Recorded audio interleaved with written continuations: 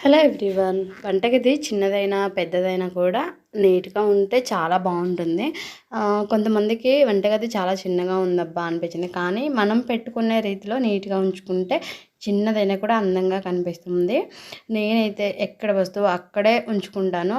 ఏంటంటే counter top మీద కానీ ఇంకా కింద కానీ అనవసరంగా వస్తువులు అయితే అస్సలు ఉంచుకోను.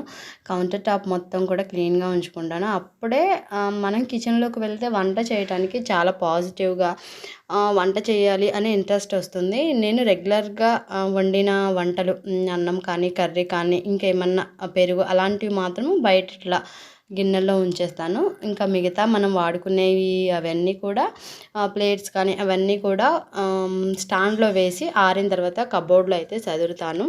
వంటగదిలో వంట చేసేటప్పుడు కొంచెం కిచెన్ అటు ఇటుగా ఉన్న తర్వాత మాత్రం నీట్గా క్లీన్ చేసి పెట్టేసుకుంటాను. అలానే పిల్లలు చిన్నపిల్లలైనా సరే వాళ్ళకు చెప్తానమాట.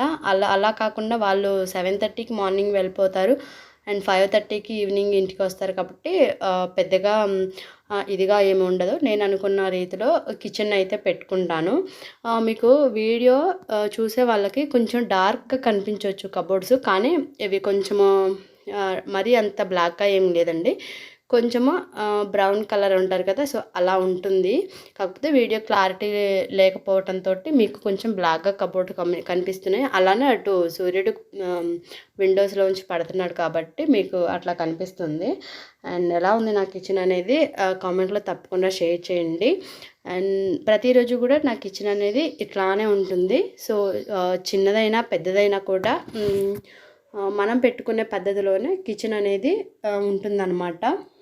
అలానే ఎక్కువగా అవి వీడియోస్ చూసి ఈ వీడియోస్ చూసి అంటే అందానికి సంబంధించిన వస్తువులు అయితే ఏమీ కొన్ను. నాకు అవసరం తగ్గట్టుగా కిచెన్ అయితే ఉంచుకుంటాను. ఇలానే వీడియో నచ్చితే లైక్ చేయండి.